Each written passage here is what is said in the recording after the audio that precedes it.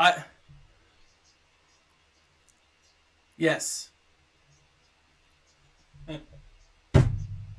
Okay, I've got to say that we just went live, and I hope that minced our tender meat was the first thing that anyone heard. Um, all right. Well, I look forward to hearing it. So, hello, friends. Yes. Hello, friends. Welcome to another episode of Talking Clones. I am your host, Thaddeus. With me are two of my favorite people. Above me, we have Paul, our Sith Lord in residence, I guess. Resident Sith Lord. And then in the bottom section, as always, we have Neil Andrew Ayer. Welcome, gentlemen.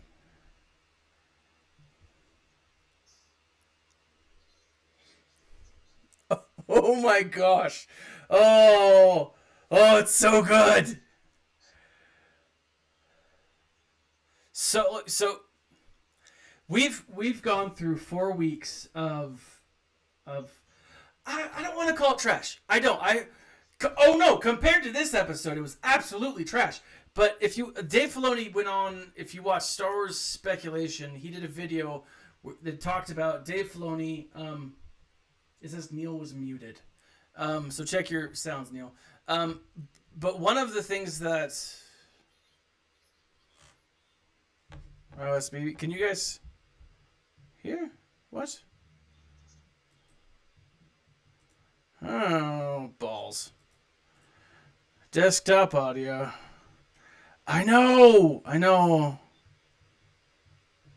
Do I even have something that says desktop audio?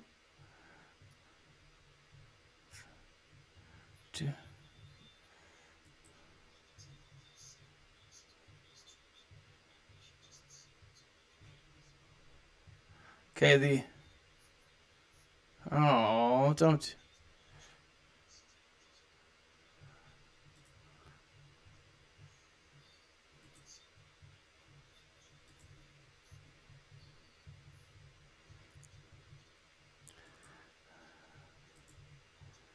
Okay, hold on, guys. I'm getting it going. Can you hear them now? There's an error with my connection. Can you hear us? You can hear me.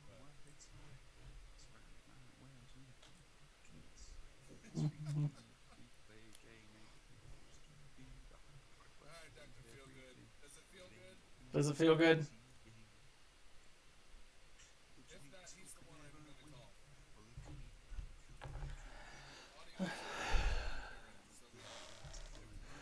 Oh, well, better now. I don't know.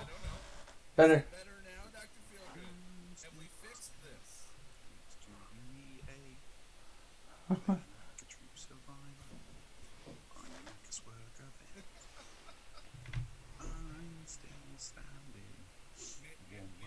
Neil's softly singing, but I'm speaking at my normal volume. Still extremely low. Still extremely low. Weird. Yeah.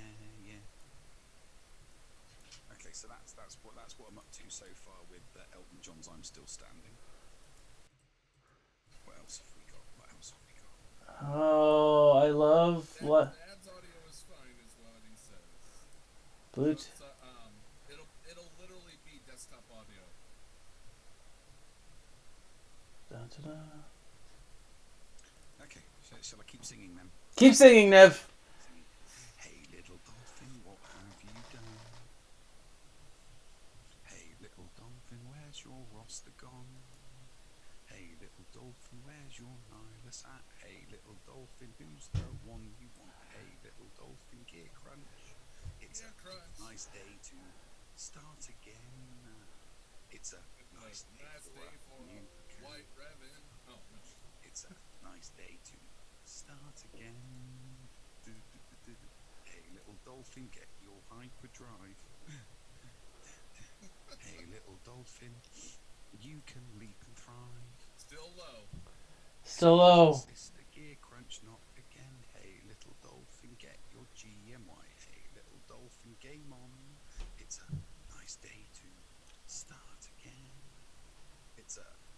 stay for a new account.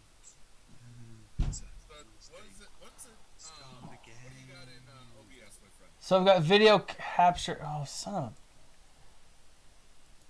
I haven't changed any of the settings. I don't know why it's desktop audio. So let's jump over here. So when I'm talking, where does there's a little bar go There we go. on the side? Better. There we go. So you got it now? Yeah. The bar is going farther? Yes, the bar is going further. Do it now. Start All right. all over. Let me delete this real quick.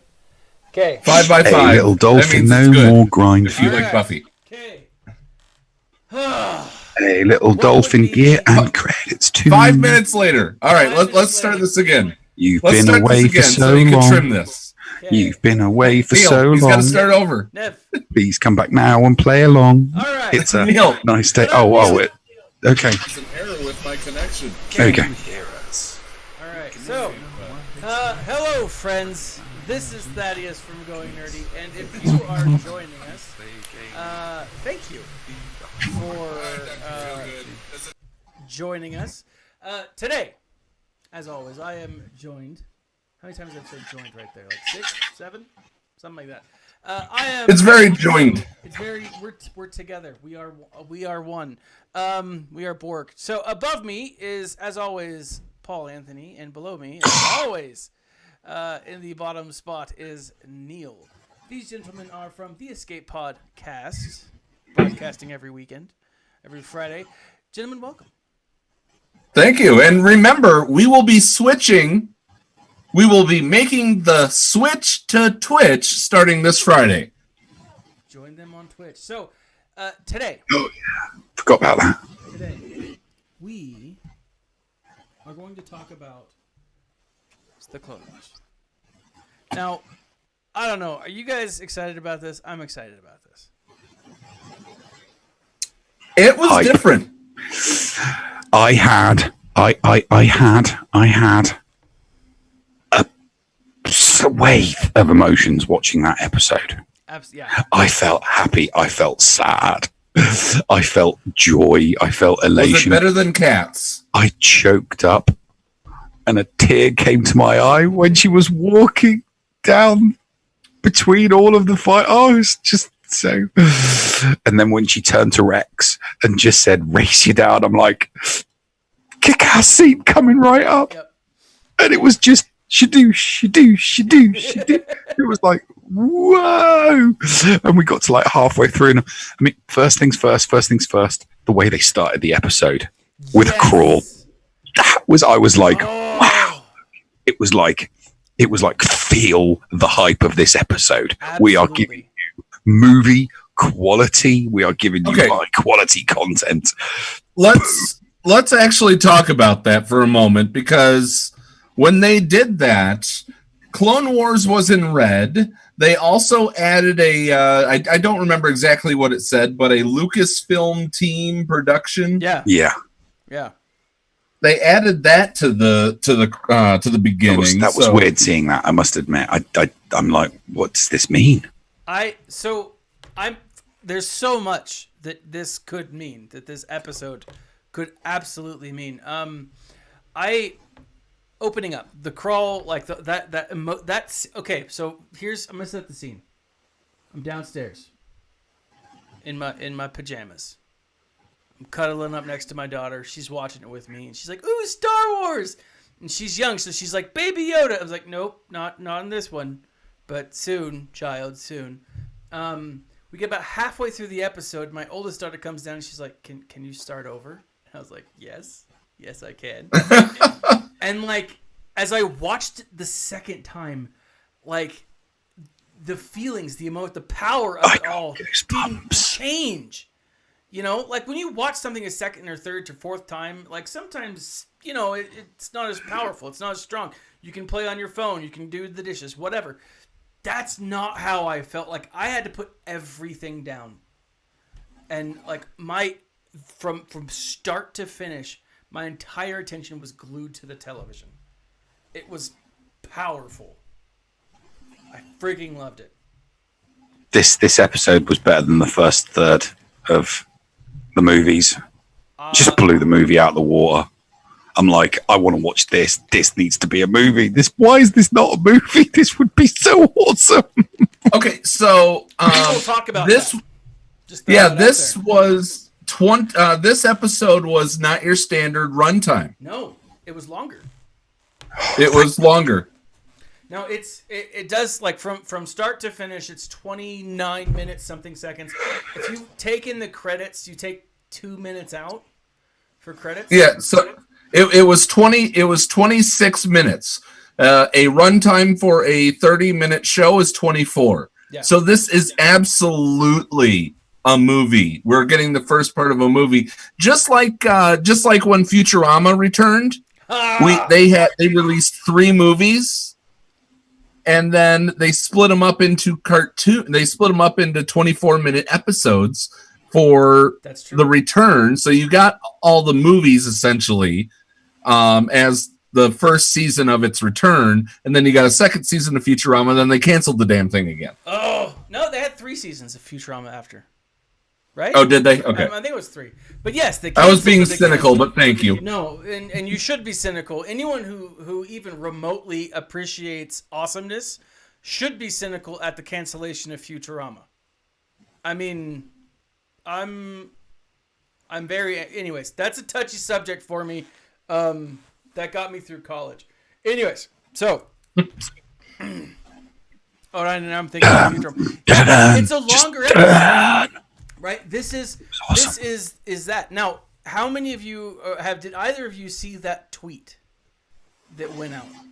No tweets. There was a tweet, and if I find it, I'll share it with you guys. But there was a tweet that went out by one of the studio art departments from I can't even remember, from someone who worked on this episode or this series, and essentially it's like, hey, look. The response to this has been amazing. Keep it up, and we'll make more. Now, I don't know if more than season 7. Yeah, I don't know if they have power to do that because this is just a random dude, right?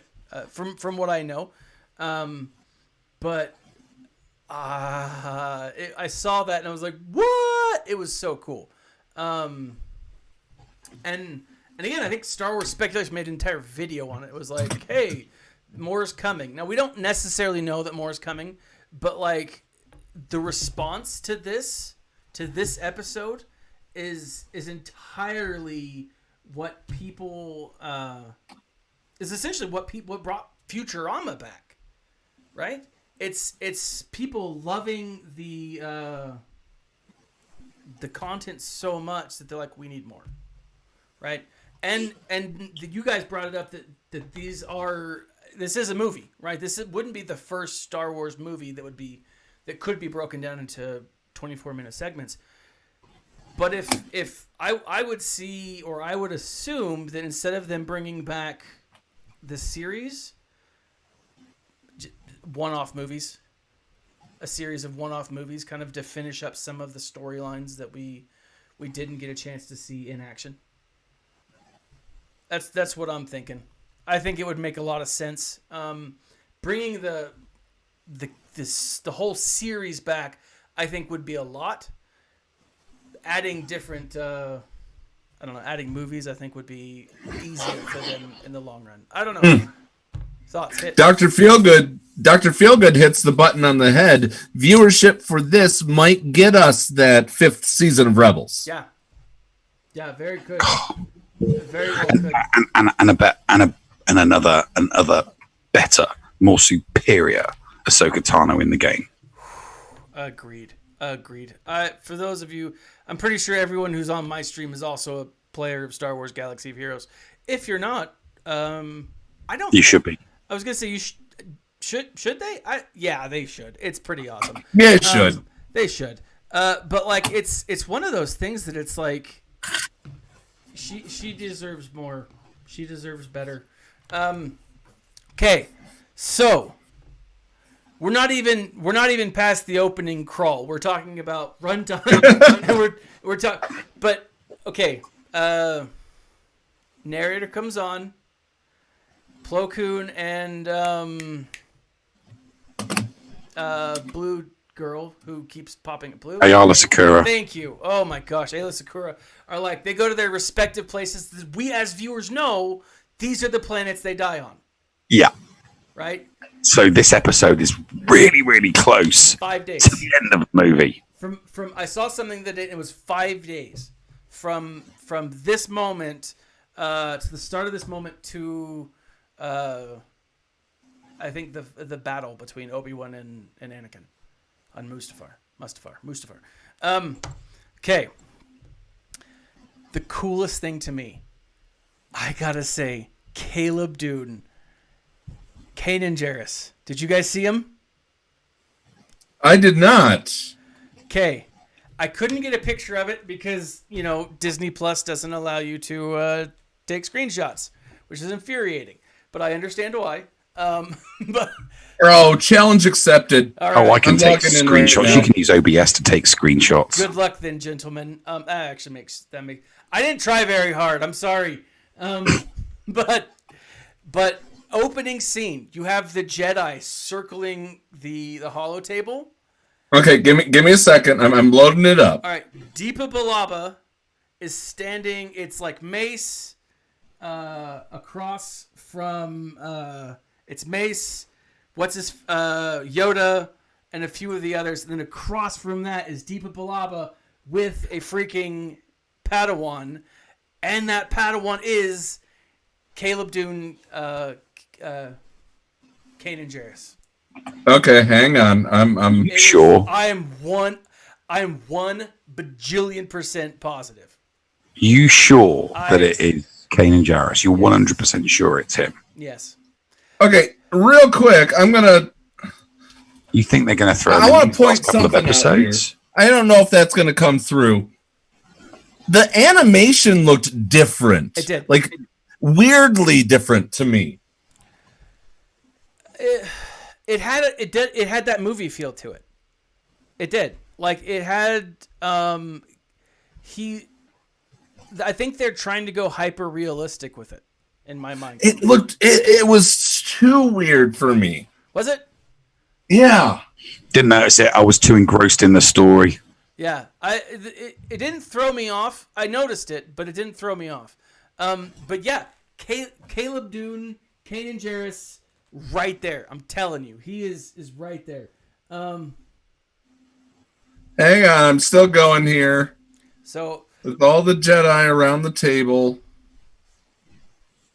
I think now this is just So this is when Ahsoka walks in.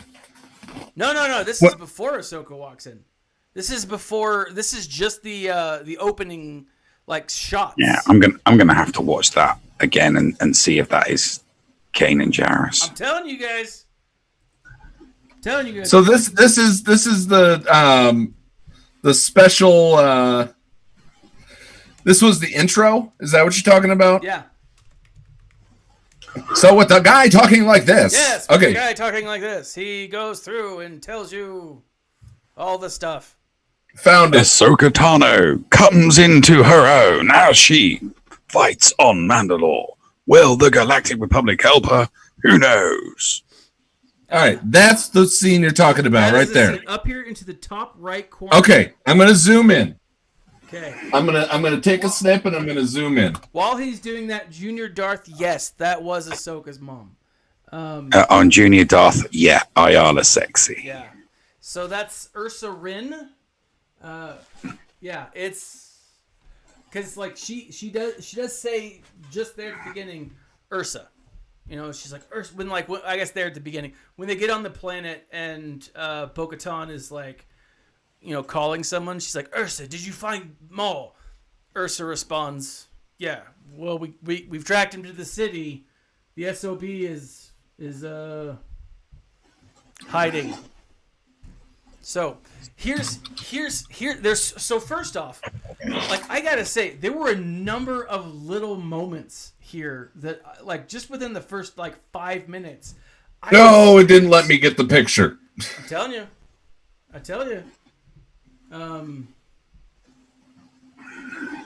It is so let me bring up a picture of Kanan Jarrus as a kid. Oh, don't worry. I got my ways. All right. but if you bring up a picture of like the comic book Kanan and Jarrus, as it shows him as a kid, and there's actually in one of the comics, it shows him walking next to R2D2, and Anakin.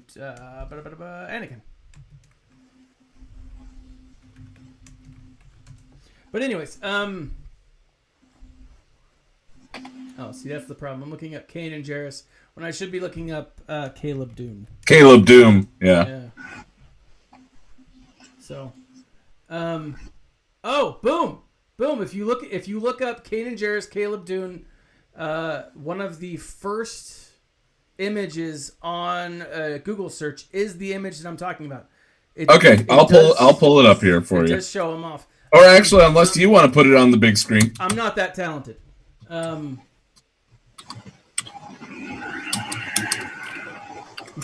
B-Coots is all right, I've looked up Kanan Jarrus, Caleb Doom. B-Coots is like, I trust Thaddeus. I get it. Just move on. But anyways, so they go onto the planet, right? We see this, and you've got Cody and you've got Obi-Wan Kenobi. Cody's is about to be murdered, and Obi-Wan comes in with like the bossest move to save a person's life, ever. Knowing what we know. Oh, I know. Isn't that like, it's so hard. Like, dramatic irony is one of the biggest things here. Like, we know so much about what's about to happen, and it's just, it gets me. It gets me right here in the feels.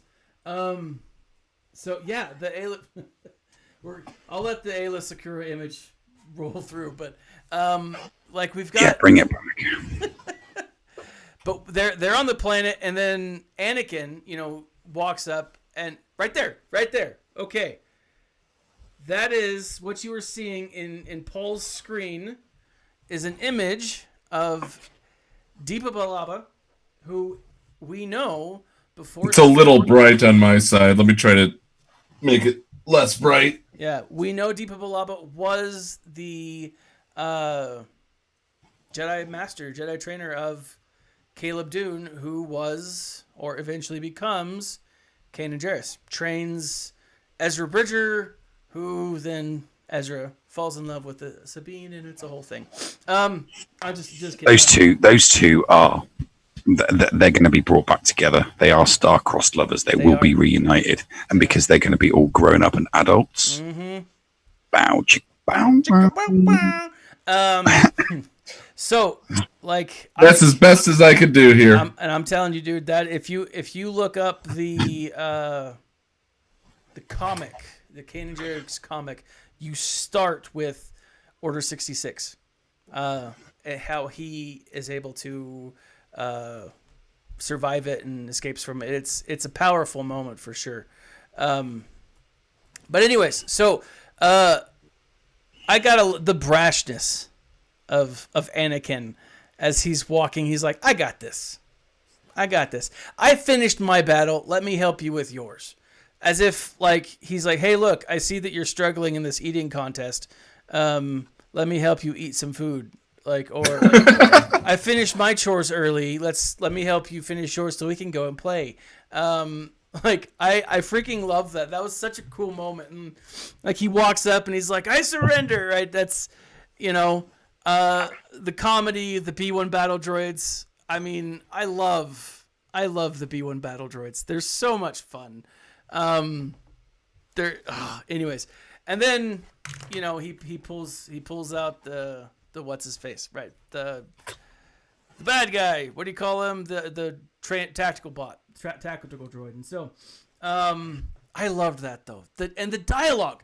This is the thing. This to me was Star Wars dialogue. It was awesome. The quips, the quick back and forth, the witty repartee. It's awesome. The fact that he's like, hey, Obi-Wan's like, hey, thanks for for saving me. He's like, hey, but since you were cowering, you made my surrender that much. Do you know what it reminded me of? What it reminded me of was everything's okay, everything situation normal. What happened down there? We had a slight weapons malfunction, but we're all fine here. We're all fine. How are you? How are you? That's what it reminded me of. Yeah. It reminded me of that scene. It was like tongue in cheek. Yeah. I just loved every minute of that scene. It's like, yeah, somebody's thought, hang on, couldn't we do something like what Han did talking to the Imperial officers when he was on the detention center? Because all he's doing is exactly what Anakin is doing, which is stalling for time. Yeah. He's stalling for time, waiting for that droid to come up so that he can pull him forward and then tell everybody to attack. And that's all Han was doing. It's like, okay, situate everything. We've got a reactor leak down here. Give us a few minutes to lock it down. Largely very dangerous. Yeah. It was so good. But here's so Admiral Yularen. He calls down. He's like, hey, we've got someone using your deep space transmission, right? And who do they first think that it is? Did you guys pick up on this? Who was the first fulcrum? The first fulcrum was Saw Gerrera. Yeah, Saw Gerrera. They thought, yeah. Did I know that? Were we supposed to know that? I didn't. I don't remember that being his code name. Wasn't it in one of the first? And that thing is, it might have been. I wanted to go back and rewatch that because I wasn't sure. I was like, what? Because it was like when they said Saw Gerrera, I was like, oh no, that's awesome, right? And we know that Saw takes some pretty heavy. I almost said heavy loads, heavy blows. He takes some. He loses a lot on Onderon. Onderon is a pretty devastated location. I think I broke Paul. And that's part of what makes him lead or create the partisans, right? Because because of the losses that he sustains on Onderon, he becomes more of the militant that he was, that we see him in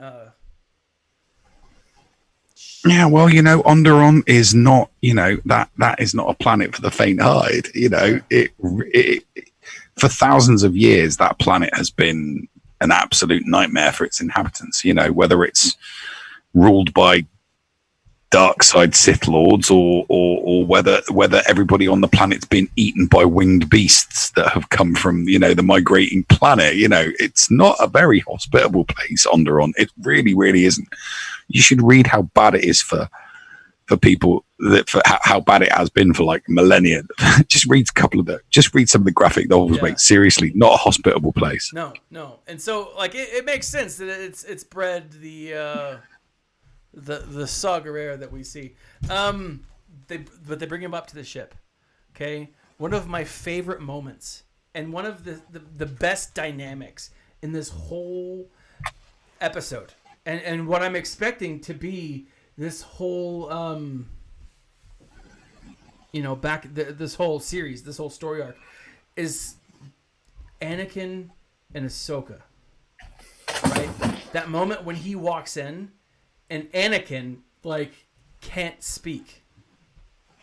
That was heartbreaking to see. Oh my gosh.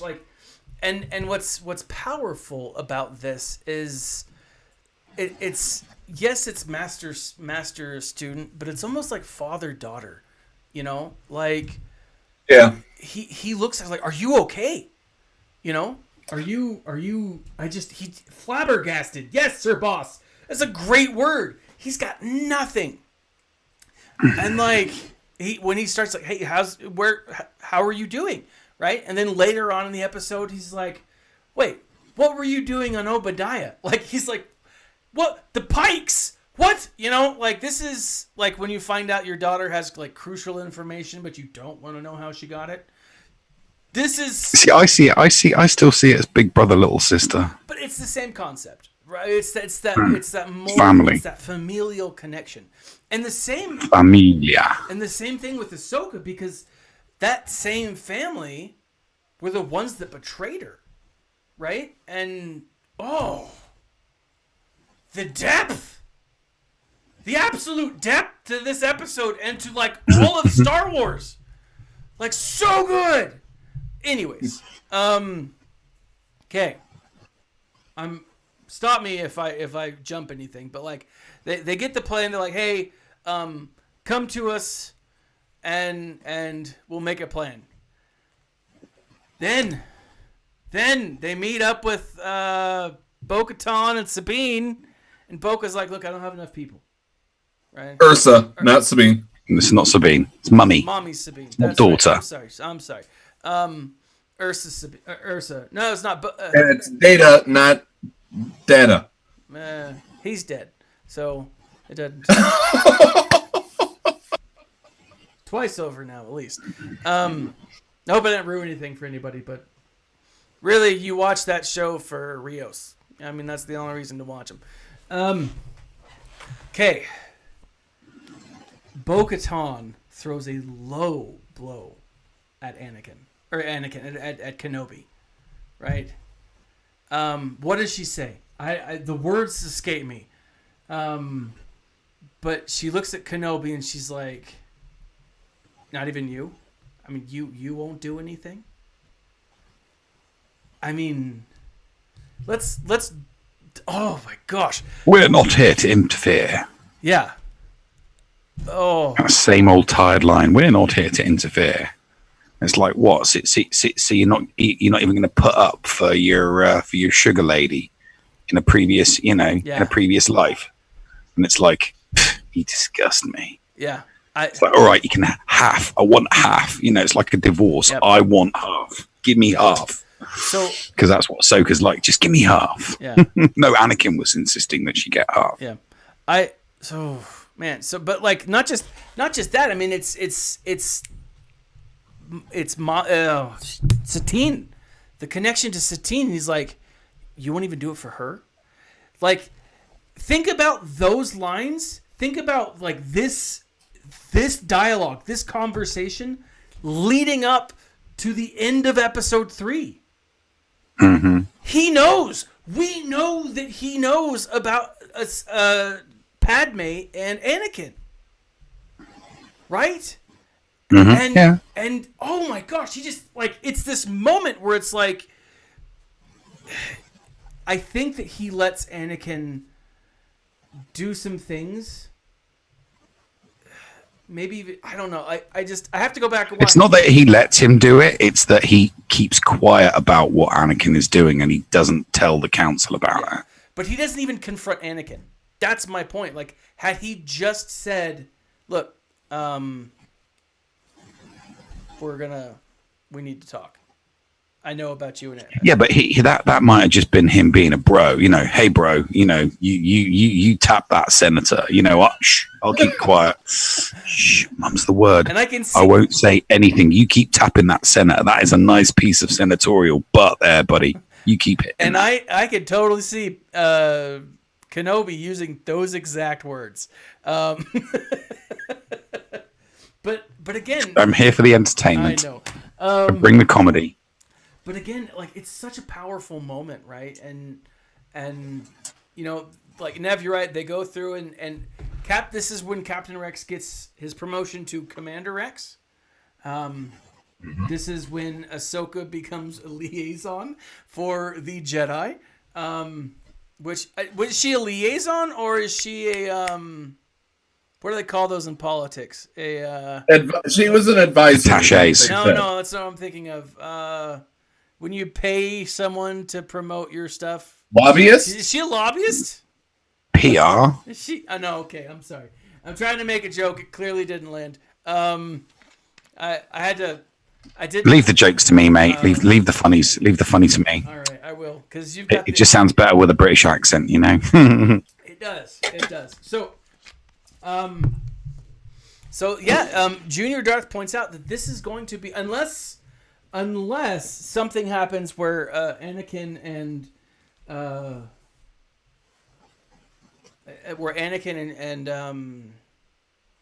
Rex Rex. Anakin and Rex show back up.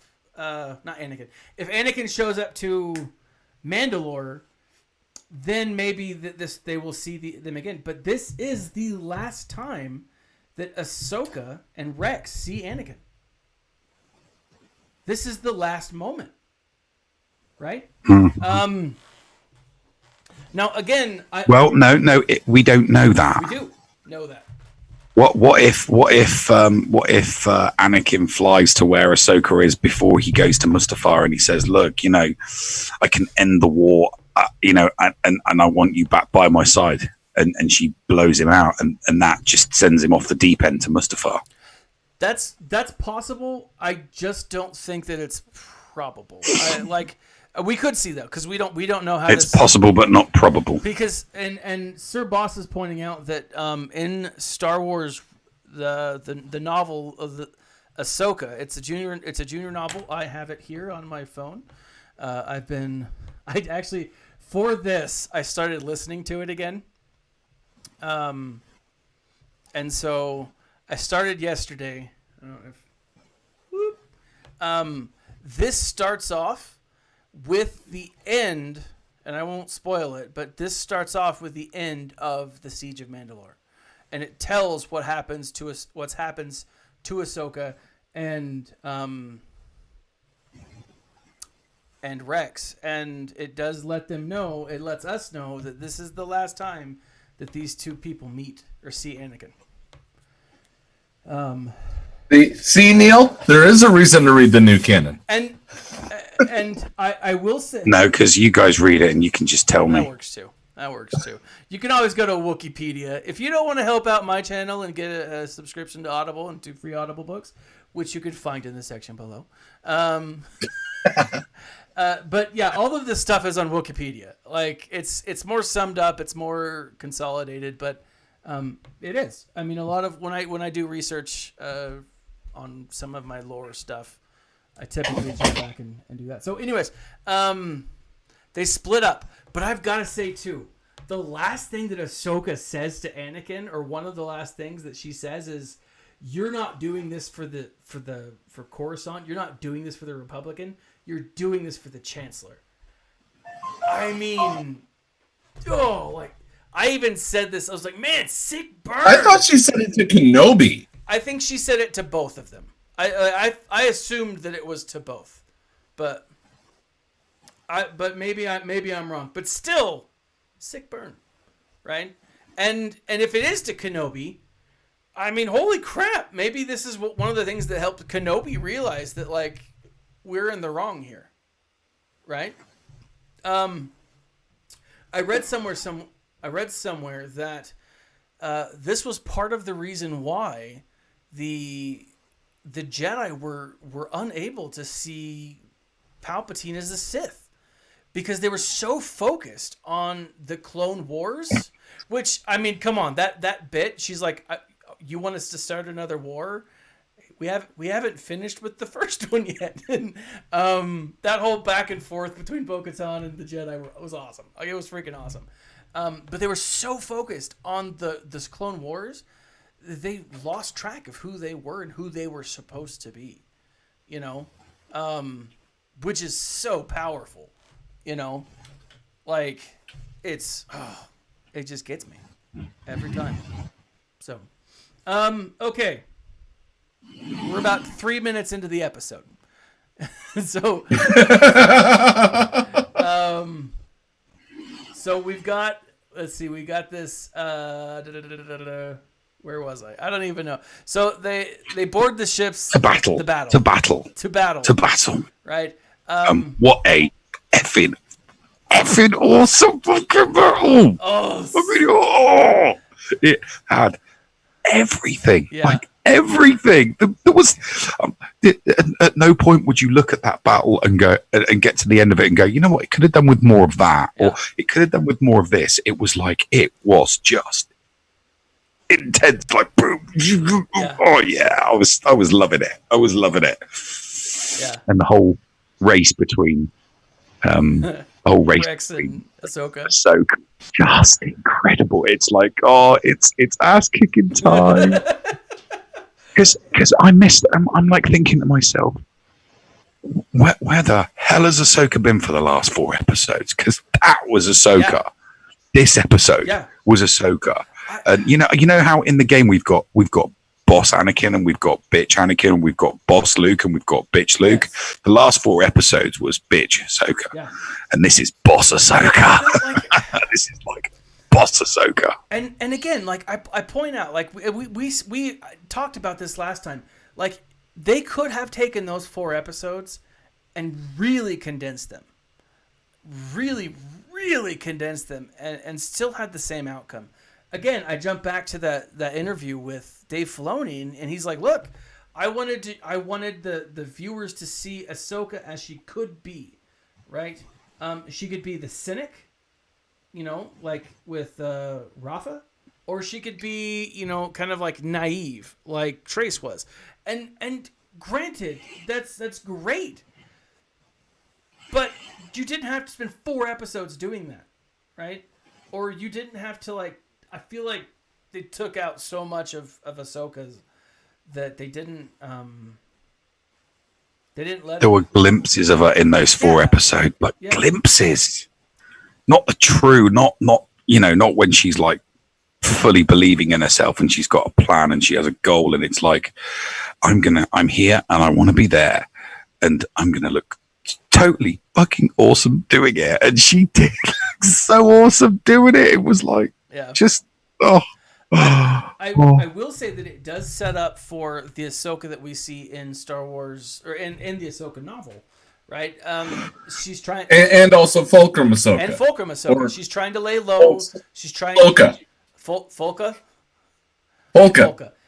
She's trying to lay low. She's trying to not to be inconspicuous. With Fulcrum Ahsoka or Fulcra, we have more of a she has a purpose. With just Ahsoka after the siege, she's just drifting, right? And a part of that is she's just drifting, and so So I think that's very it's interesting, but like it could have been done in fewer episodes. But you're right, Nev. I think this was the Ahsoka that we all kind of expected, right? It was in like racing down. She just goes through and is kicking butt like left and right. Like I'm giggling, my kids next to me are giggling. They might have been laughing at me, but like it was so cool. And then she rides essentially. Whoa, man! What is the Mandalorian beast that they call like the Quill in the Mandalorian says? The Mandalorians, they've rode the, what's it called, right? The Mesosaurs or something like that. Something like that. It felt like that was kind of what she was doing. She was riding a giant beast down to battle. And then she jumps off and lands all sabers akimbo. And, like, my daughter looks over and she's like, well, that explosion was really well placed, wasn't it? And I was like, oh. That explosion. I wanted to screen grab that explosion. When she was fighting, the only thing that I was disagreeing with when she went from the top to the bottom and she was just doing everything was the music. The song that I was playing over in my head was the track that was played when Hit Girl destroys everyone at the end of the first Kick-Ass movie, where it slowly builds up. So it builds up with her slowly jumping down the strip, and then as she starts kicking and killing and destroying everyone, that's when the music kicks in. And I just that one or a sweet rock tune, maybe the songs from Demon Head track from Scott Pilgrim versus the World. That would have been a good one for her as well. I just think, So Junior Duff brings up a great point. They make Ahsoka struggle, and I think that's one of the things that we love about this character. She's been through so much, and we've been right there along with her on this journey, and it's been hard for us, right? I mean, we know the Jedi to be good and noble. But then you have the betrayal of the other Jedi, right? You have her being sentenced and charged and tried. We know Ahsoka's not a bad person. We know Ahsoka's not a turncoat. But like she's gone through all of these struggles, all these wins and losses, and she still has this hope, this positive outlook. And that's why I think more, and he says Junior Duck's comparing her to Rey, and this is the dangerous part, bringing this up to Nev. This is one of the reasons why I think this is why I love Ahsoka and hate Rey as a character. Yeah, I think she's just a better character. She is. She's a superior character in every way. She is, and I think that's unfortunate. I really do. I do think that the way that Rey's been written, there's a lot of potential there, but because of the way they did it, and they just threw her into the limelight and said, "Hey, now this is your Star Wars story." And you can do everything, and you don't have to work hard for a goddamn thing. Yeah, it becomes a little more challenging. But I'm going to move on before we get too far off topic on this one. Come on, hands up! Hands up! Who cried? Hands up! Who cried? I didn't cry. You did. I didn't. Bollocks! Are you telling me that not one solitary tear left your eye during this episode? Not during the episode. I will say that I almost cried during the trailer for it. Like I got a little choked up when I saw the trailer. I was a little choked up. I cried. I had an emotional outburst, and it was an animated Star Wars episode, not during one of the bloody movies, during this TV show. Yeah. Hey, you promised I should have been crying. Emotional outburst, Neil. I should have been crying during the movies. You know. No, I get that. I get that. But I will say, in defense of the movies, and you guys know that I am not, Star Wars canon to me is not predominantly film. For me, it's the books, comics, video games. It's the other stuff. It's easier to build a character over seasons of something than you have in 2 to 3 hours. Right?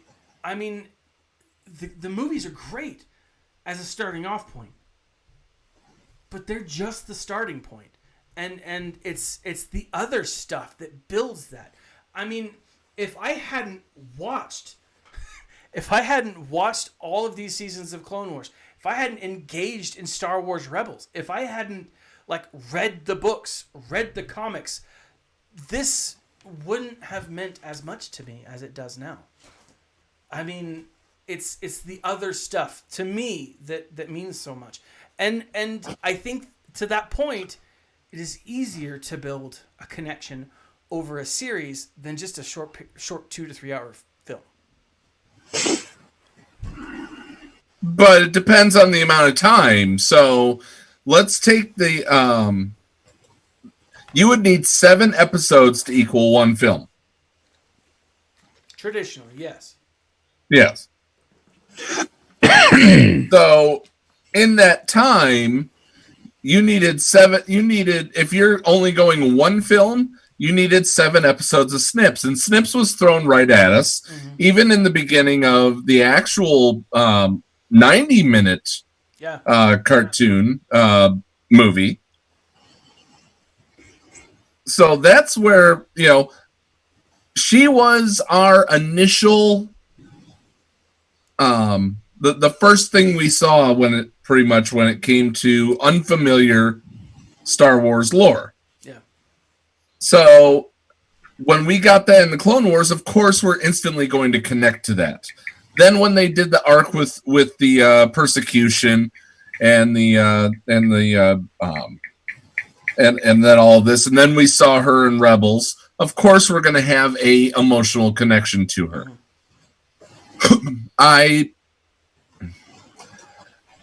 I'm not an Ahsoka fanboy. Really? I'm more invested in the whole Anakin fall to the dark side. I'm more invested in seeing Kenobi um, you know, ignoring the warning signs. To me, Clone Wars was more about that, was more about the backstory of other characters, not just Ahsoka. So, you know, I recognize Ahsoka's large part in a lot of them. And I'm excited to see crossover of characters from other.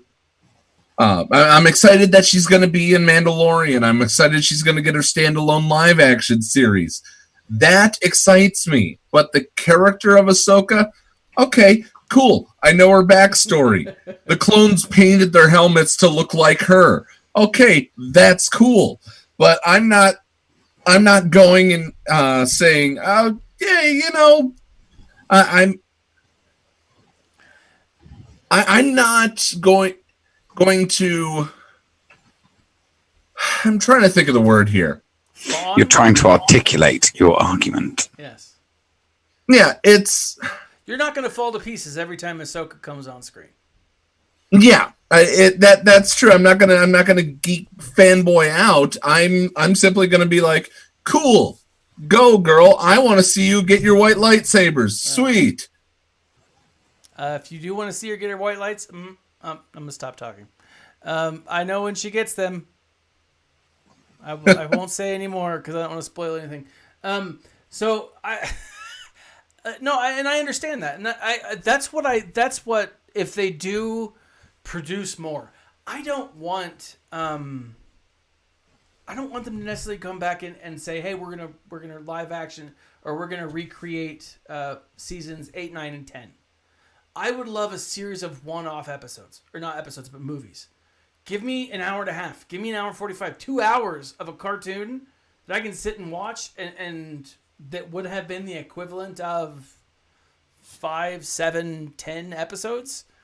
I'm there, right? I'm there. I'm right there. But I understand that, and that is one of the things that it's that whole backstory. It's the interconnection, and that is what I love about this is that because we have all of this knowledge, it makes the movies better, in my mind. It makes other bits of canon better, right? Like seeing Caleb Dune with his master there at that table. I was like, what? And because... Okay, Easter eggs are awesome. It's fun to see little things where you can then go, hey, you know, that's when this happened. You know, that's when this happened. That's awesome. But unless you go in depth into the story, I'm going, cool. Now I know where to reference this when, you know, when somebody in Discord is like, hey, do you know about this character? And I'll be like, yes, hang on. Let me use my eidetic memory and go, there's all the information. Yeah. Okay. And I agree. Oh, Sir Boss with the $5 asking you, but relevant, do you like Firefly in the movies? Because my ex-wife ruined everything brown coat for me, I'm not a Firefly fan. Okay. Good question. I'm a Firefly fan. Thank you, Sir Boss, for the $5. I liked the movie, but I watched them out of order. And that's the one thing that bothers me when I try to watch something, trying to get the trying to understand something. I watched the movie first and then went back and tried to watch Firefly, and none of it made sense to me. So Space Cowboys. I do love the concept of a space cowboy. Like, I absolutely do. But okay, do you like the concept of gangsters of love? Yes. As long as do you like the concept of Maurice? I am Maurice. People have called me Maurice. But just some people. Some people, not a lot. Okay. Very few. And those people might just be in my head. So, Space Cowboy, Gangster of Love, and Maurice, all great concepts. So they make it to the planet, right? They're kicking a bunch of butt, right? I gotta say, one of the coolest fights was the fight in the throne room with the administrator, the admiral. I don't know what his name is. Prime Minister. Prime Minister. Thank you. See, I knew it was a British thing because like I would have remembered it before. The Prime Minister, he's like that fight scene between him and Bo-katan. I thought was awesome. I thought was so freaking cool. Just like the moves, the way that they burst in, and how he's not necessarily a pushover, right? He gives as good as he gets until he gets to a point where he can't give anymore, and she bests him. I thought that was awesome. Like I thought it was, Olmec. Thank you. I knew it. Yeah. Anyways, but like I freaking loved it. Like that was so. I was kind of hoping he was gonna bust out the Darksaber. But I mean, he doesn't have it. But still, it would have been cool, right? Olmec busting out the Darksaber would have been sweet. Oh, sorry. Lunch, dinner, whatever that was. Whew. So I mean, we get they land, and then we get the fights throughout all of Mandalore. Mm-hmm. We see Ren running in there, kicking butt, using the shield. Yep. So it was absolutely. There were some great fight scenes. Yeah. I really, really liked the fight scenes. But as far as the next part that came up though was the lower city. So we get the end of the fight scenes, and then we're told that Gar Saxon was running away in the sewers. Yes. And Ahsoka thinks that Gar Saxon will lead her to Maul. Yes. And then after they're in there, it became obviously a trap. Yeah. Yeah. Which she should have known. Maybe she shouldn't. I don't know. Like, first off, can we talk about how like ruggishly handsome Gar Saxon is in this? Like, I mean, excellent voice. Excellent voice. But of course, it's an excellent voice because it's one of those British Hollywood A-listers. Yeah. That would be Mr. Stevenson to you, gentlemen. Yeah. So what other places do we know this voice actor from? Since I like to go in. Do you remember Titus Pullo from the TV show Rome? No. Have you watched King Arthur? He was one of the knights in that. No? Okay. Punisher. Which he Punisher? he was the Punisher in the sequel that didn't do particularly well. The one that's not. Well, I didn't see it. That's probably why it didn't do particularly well. What else has Stevenson been in? I only saw the Tom Jane Punisher, and then he's played a bad guy. He does play a bad guy very well. So that might be why he was cast. He does a good as job the voice actor. Junior Darth says he has a question. I'm not sure what the question is, but no. He wants to ask by donating you money. Okay. Scottish are better. No, they're not. I was gonna say, Junior Darth, you got to be careful because, the Nev is not gonna take that well. I don't think. No, Junior, no. Scottish people are not better at being bad guys than British people than English people. Sorry, Aussies are better. Oh, as bad guys, the English are better. Yeah, we're better at being villains, so we just are. No, I'm right down, and this is not me trying to be offensive, but the British Aussies are better. But the British Empire took over like the majority of the world at one point. Yeah, that's because we were badasses. Yeah, they're villains. They've bred them, right? And I mean, we know they know how to do it. We know how to thirst for power and get what we want. Yeah, I mean, and most of my British bad guy experience comes from Oh, what's the name of that? Damn. I call it Ham Nine. James Bond. But no, Pirates. Band of Misfits. It's the claymation thing. Anyways, it's awesome. It's got Hugh Grant. Oh, you're talking about the Aardvark production Aardvark team. production team, yeah. Stop start animation. Yeah. People that did the Shaun wrong the Sheep, trousers and yeah. Wallace and Gromit and Shaun the Sheep. Yeah. Yeah. I know you're talking about. Yeah. It's great. Look into it. I watch it with my kids because it's hilarious. And they say the word ass, but since it's British, it's not like a bad word to my kids. No, it's arse. We say arse, not ass. Oh, well. We say arse. And ARSE, not ASS. Yeah. It's and ARSE. so I get arse. away with showing my children that. And so it's great. It's wonderful. Faulty Towers. Can't go wrong. Okay. Don't forget Time Bandits. No, don't forget Time Bandits. All right. Just look at all of the English evil bad people Yeah, there's a lot of them. in Star Wars. You know, Christopher Lee. No. You know, Christopher Lee. I'm still torn. I don't know if I want to believe that Dooku was necessarily a bad guy.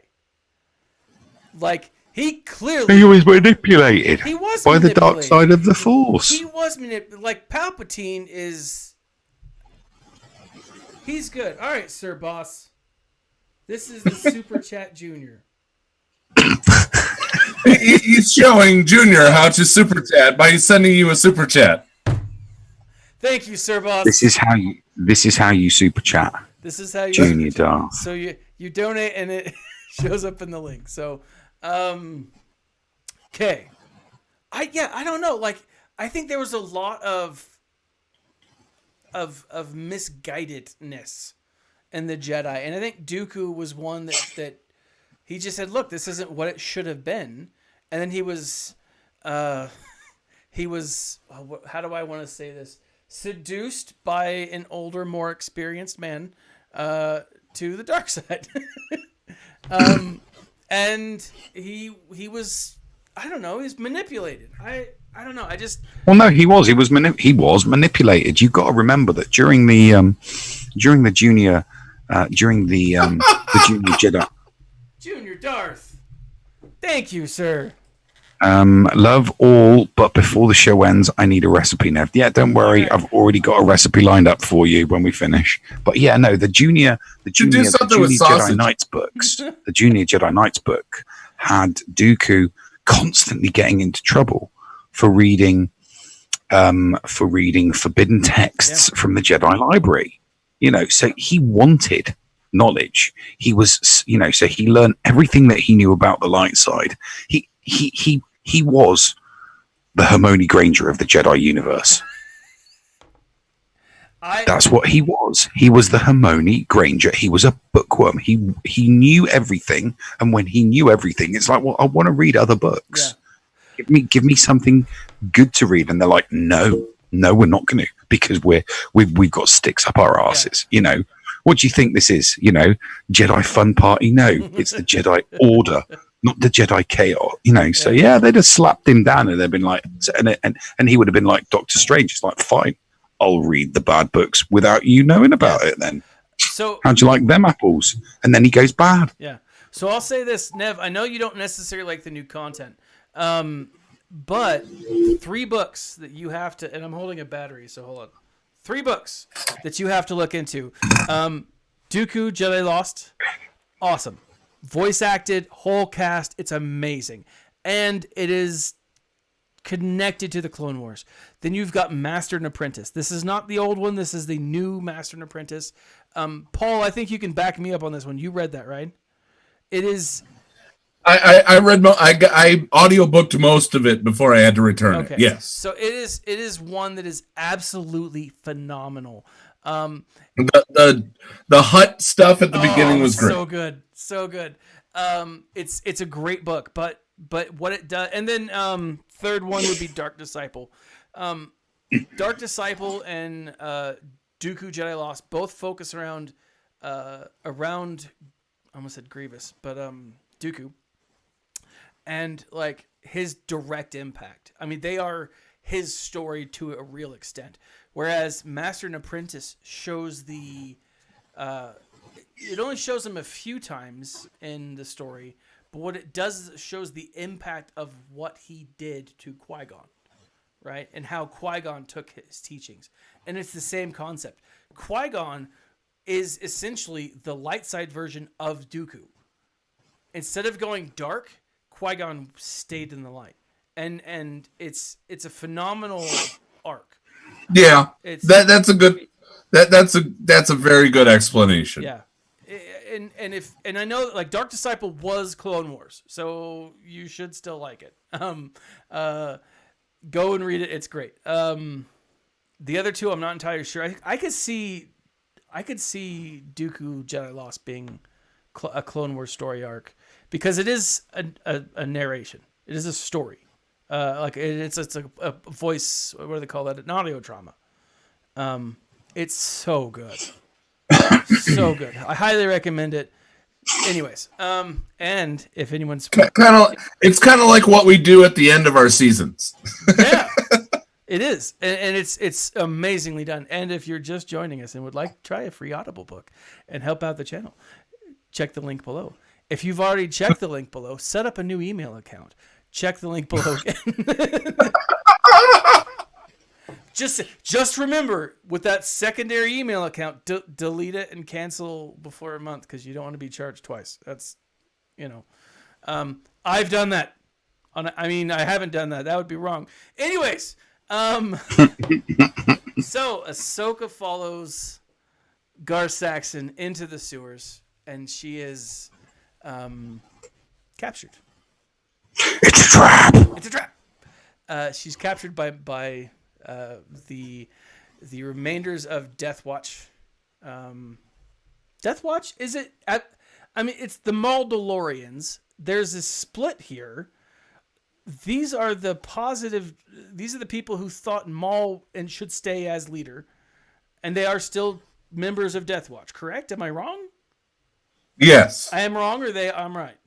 No, you're correct. Because I'm so used to being wrong that I'm not.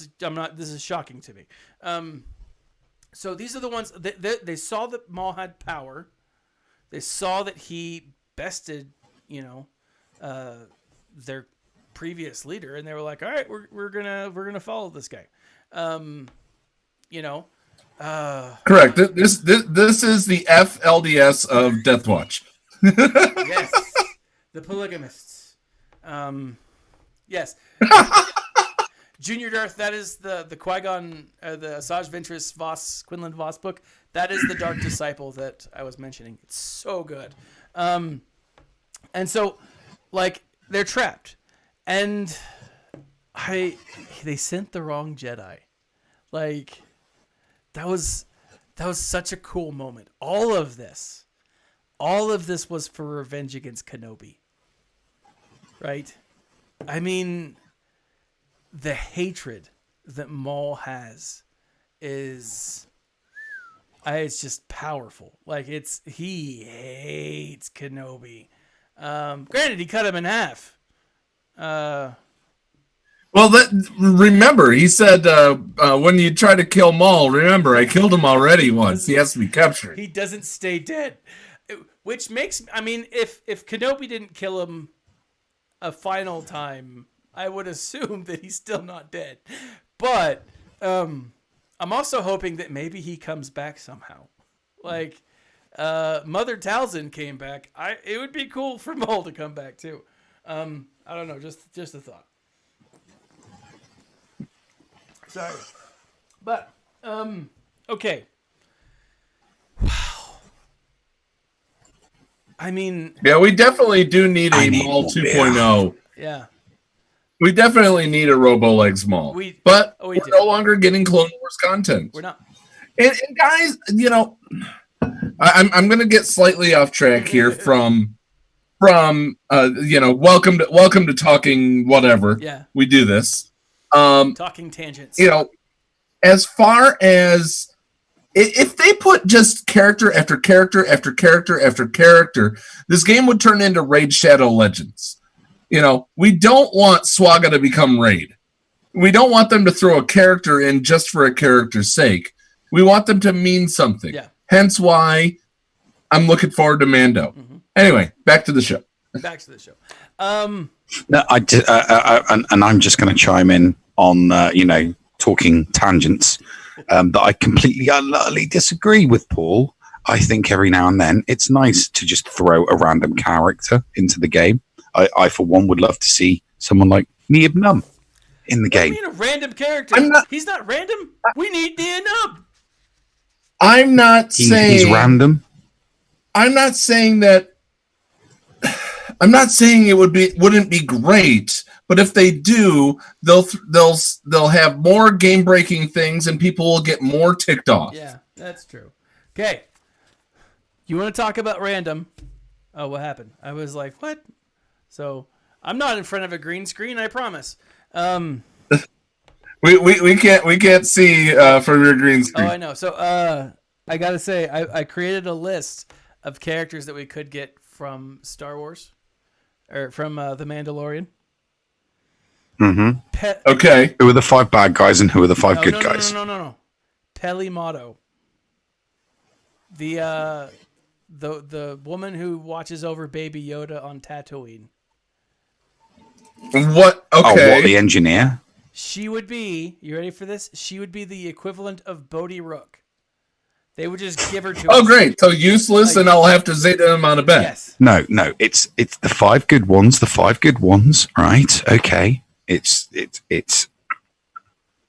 Carl Weathers, because I don't care for Grief Karga, so I prefer Carl Weathers. Yeah. Give that So man Carl Weathers, Cara Dune, right? Then we've got Mando Queel, we've got Queel, IG-11, all right? And then we've got the hot chick that everybody, cursed the Mando for just like leaving that planet, because if I was him, I'd have been hunkering down on that planet, and Wait, the sorghum farmer? No, the hot chick that knew how to fire a rifle at the prawn farm. Yeah. Sorghum. Yeah. That's what I'm talking She's number 5. So there's your 5 good characters, and that gets you the Mando as a legendary. No. Because she is gonna she's gonna be, her special skill's gonna be, look, I have a stick. No, I really have a sniper's rifle, and I'm going to kill I'm you. good with it. Yeah. No, my thought is Hey, talking clones. Talking clones. Okay, yes, we'll talk about this some other time. Okay. Now, I have a feeling I know how you guys are going to rate this, but Paul and then Nev, out of 5, this first episode, the first of the last episodes, what do you think? How would you rate it? Okay, because even though I'm not a fan itself of the whole Ahsoka, I'm not an Ahsoka fanboy. This was a good episode. Mm-hmm. This was fun. The Maul reveal at the end, basically saying, "I wish you were. You should have been Kenobi." Okay, got me excited for the next one. The art, the animation threw me off a little bit. It seemed like they went entirely green. I don't know how you can make a cartoon look like it's been done on a green screen, but they did it. Congratulations. I could totally tell it was on a green screen. So for what it's worth, the animation pulled me out at the beginning. Great battle scenes and great dialogue and a fun premise brought me back. 4.5 out of 5 clone helmets. All right. Nev. Flawless victory. Anything else? That's it. Okay. Flawless victory. Doesn't need anything else. Right. Flawless victory. I've got to say, so 5 out of 5. I'm right there with Nev. I give it a 5 out of 5. Now I can't math, but I think that's like a 0.85, 4.85. 4.85. Okay. We didn't even scratch the surface of all of the slight moments, the little things that they added into this episode. I mean, things that like they make reference to in old canon and new canon. I mean, we got like the big stuff, right? And we focused on the story, but there were so many little nods to different other elements of the story throughout the galaxy, throughout the story of Star Wars. And it was moving. Like I wasn't there, Nev. I didn't tear up. I probably will by the end of it. I gotta say, I probably will by the end of it. And speaking of the end of it, for Patreons of the Escape Pod cast, we will be doing the three of us will be watching the final episode, The season finale. We will 30 minutes before we talk about it. Mm-hmm. Season finale is a watch party. Yep. You will be able to see me cry. For the first time, we're going to be viewing it. Yeah.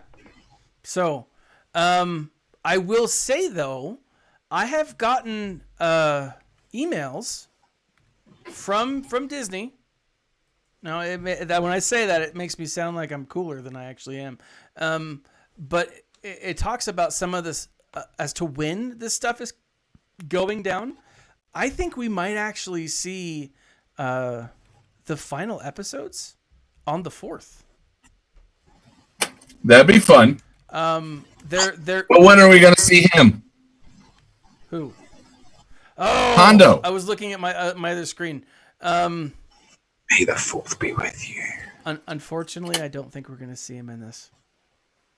I really don't, unless somehow they wasted 2 episodes. They did, and they really could have.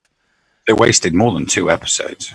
Well, I mean, depends on how you want to do it, but I mean, they could have done. Yeah, they could have condensed those episodes down. 5 to 8 could have been better. It's as simple as that. But 5 to 8 should have been 5 and 6. 7 and 8 should have been a Hondo episode. Oh, Hondo would have been awesome. It would have been so great. Yeah. So as it stands right now, like, and I'm just looking at IMDb for the dates. No spoiler information, Nev. 24th, May the 1st, and May the 8th.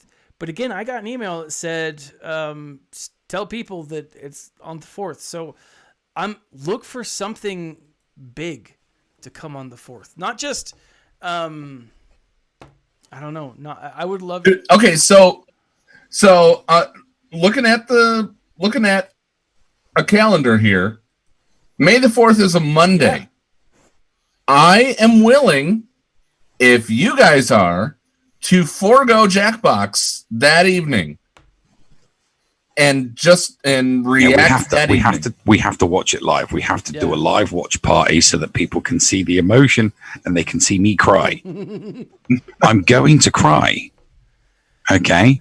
I'm going to cry. People are going to see me do this. But obviously, that was acting. I was acting. Teary-eyed then, but it'd be real. So, guys, if you're not a Patreon, chat doesn't want to see that. If you're not a Patreon of the Escape Pod cast, and also if you're not a Patreon of Going Nerdy, we're going to be both types of Patreons will get the link to join. Basically, us watching it. We're going to let you know when certain things happen, or I'll let you know when certain things happen. We'll give you a countdown. So you can watch with us. 5, so you can watch 4, directly 3, with us at that point. Play.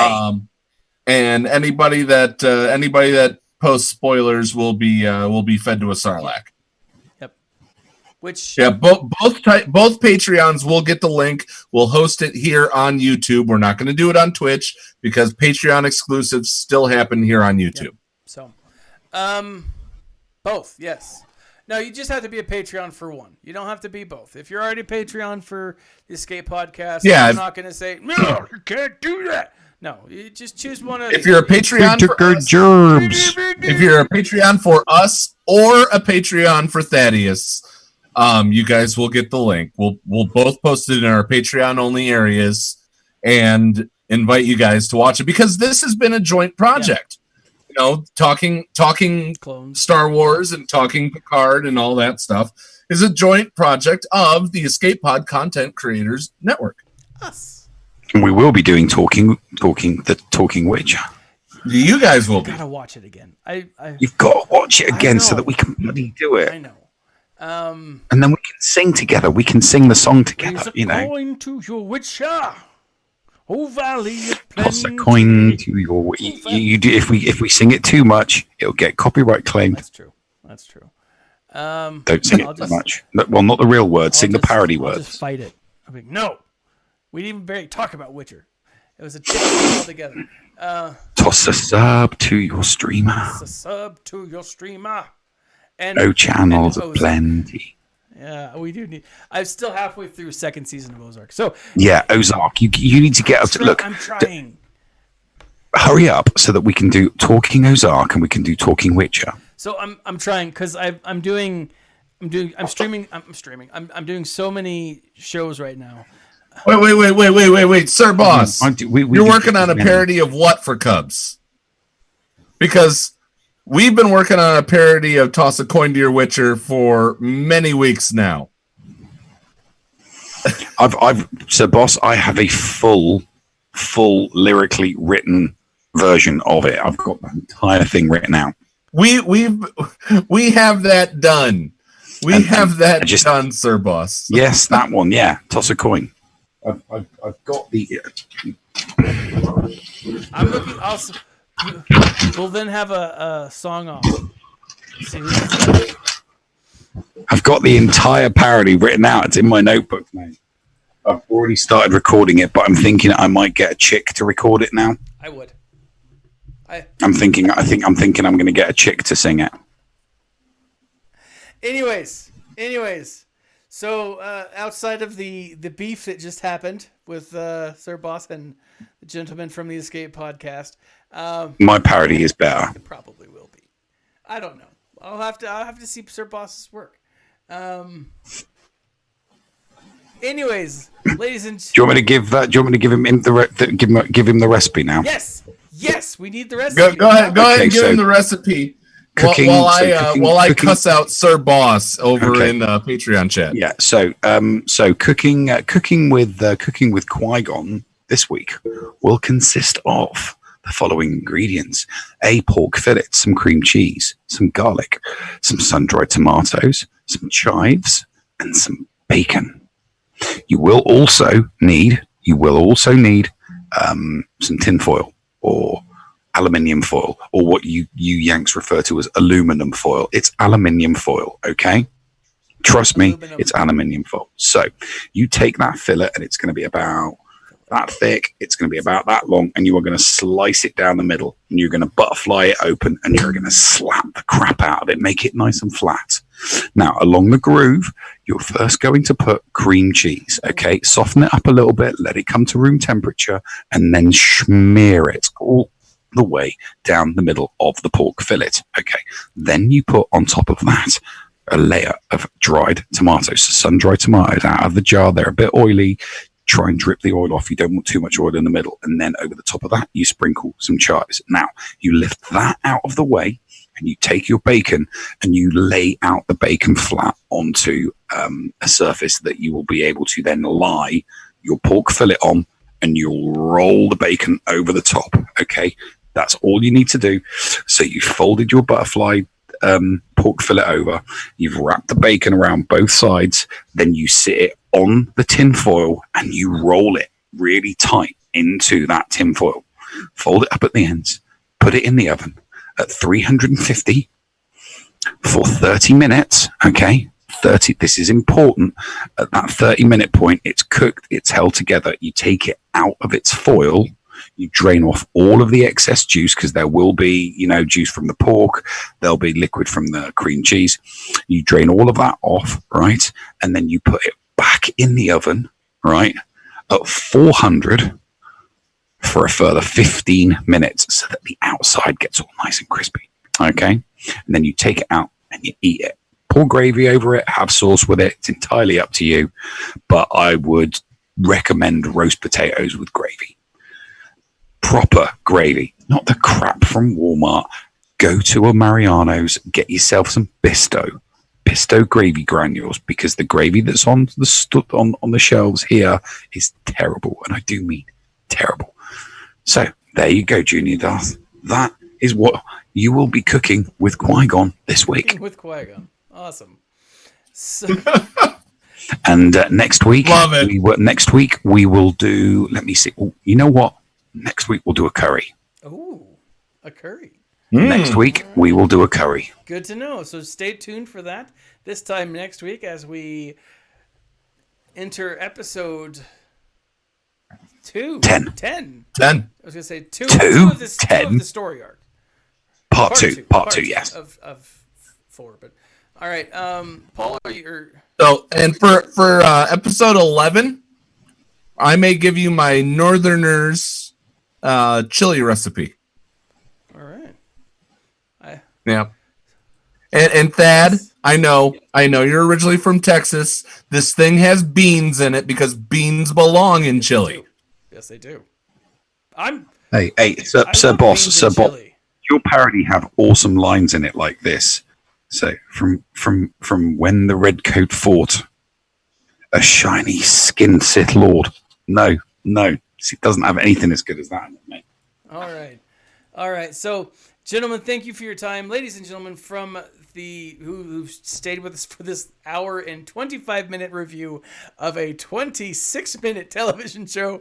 Thank you. For those of you who donate, I really appreciate it. Who donated, I really appreciate it. Stay tuned this week for more from myself and from the gentleman here at the Escape Pod Cast. And come back next week for, it sounds like a really delicious curry recipe and Darth Maul. So, this has been Thaddeus, Paul, Nev. Gentlemen, Paul, would you sign us off? Absolutely. Guys, thank you so much for stopping in. Be nice to each other, damn it. And remember to smile. Take it, Thaddeus. Stay nerdy. And now I just have to hit end, stream, Hit end. And don't forget to trim. trim. Okay. Really, You need to get gotta this trim parody that finished. fun out because we're not going to be, that the whole Chiron thing, even though we were working on the Chiron before Mobile Gamer put it in his show, he still beat us to putting it out. I'm not going to be beaten on a